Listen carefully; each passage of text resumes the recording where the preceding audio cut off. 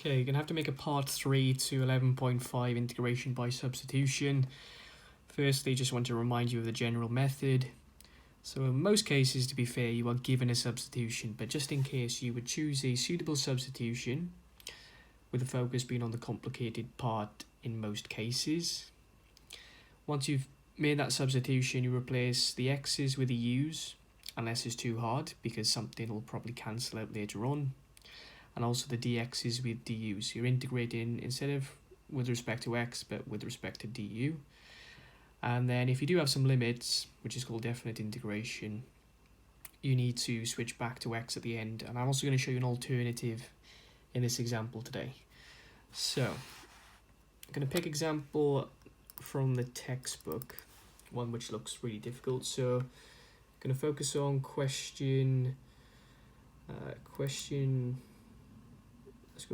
4, which is on page 307, and this is part C, which asks you to integrate between 0 and pi by 2 sine 2 theta over 1 plus cos theta d theta, and it asks you to find a suitable substitution. Also wants us to give this as an exact value, so it might be in terms of pi or roots or whatever. Right, let's think about this. So two big problems at the start. We've got a 2 theta and a single theta, which isn't ideal. But fractions are the big thing. I'm not a massive fan of fractions, so if the denominator could be as simple as possible, that would be better. So let's replace that denominator with something. Now they use the letter theta rather than x, but it doesn't really matter. So replace the denominator with the letter u. See what that does.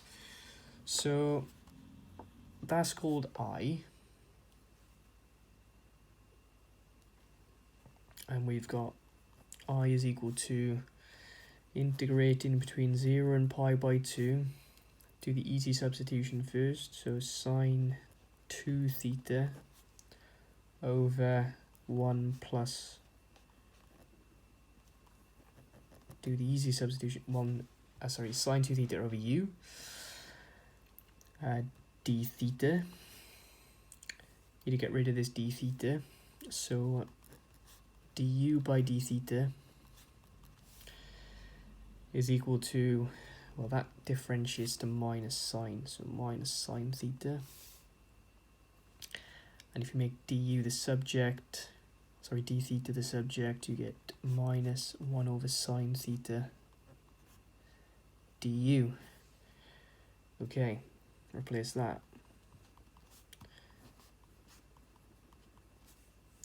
Sine 2 theta over u times minus 1 over sine theta du. And normally things cancel out, but sine 2 theta doesn't cancel out with sine theta. This is a theta, this is a 2 theta. Also, I told you in part 2 there to replace the x's with u's unless it's hard. Now, if I tried replacing these sine thetas with u's, it's too much thinking to do. It's just I can make cos theta the subject, but can't really make sine theta the subject very easily. But you should know something extra about sine 2 theta. You can also write sine 2 theta as 2 sine theta cos theta over u times minus 1 over sine theta du. And then something does cancel.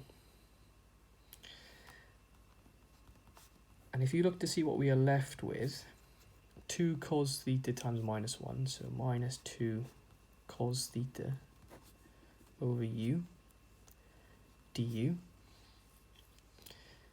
You can now make an easy substitution because I can make cos theta the subject. So if you made cos theta the subject, let's do that. Cos theta would be u subtract 1. So I would be equal to 0 to pi by 2 minus 2 u minus 1 over u du.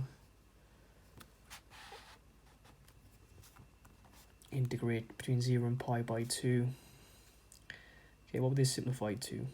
Expand the brackets and divide by u. Minus 2 times u is minus 2u, divided by u would be minus 2. Minus 2 times minus 1 is a plus 2 over u. I'm not using index form because I know what this integrates to.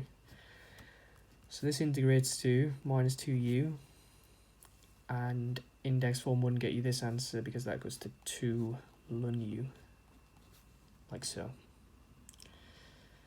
But you've got limits, 0 and pi by 2. And if I remind you, back at the start of the question, everything had thetas. So this would have to be theta equals. So these limits are not u's, but thetas. And if you followed the last lesson, you'd know that you would just have to replace this letter u with our substitution, 1 plus cos theta, and then you can just sub it all in and everything works out perfectly. But I'm going to show you an alternative. You can now, if you want to, change these limits to u's instead. So that substitution there, which says u is equal to 1 plus cos theta, you can actually do that substitution on the limits.